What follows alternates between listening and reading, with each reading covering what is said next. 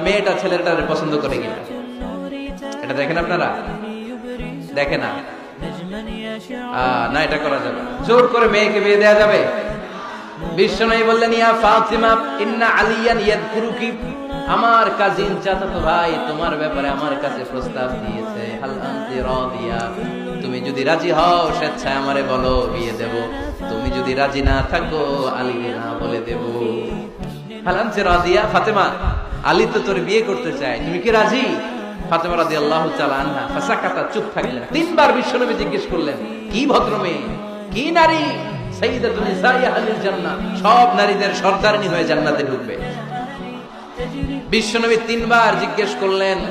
ফাতেমা রাদিয়াল্লাহু তাআলা আনহা সাকিতা, চুপ রইলেন। as-sukutu nisfur rida, চুপ থাকা সম্মতির অর্ধেক। বিশ্বনবী বুঝলেন যদি রাজি না থাকতো আমার মেয়ে না করে দিত, যেহেতু চুপ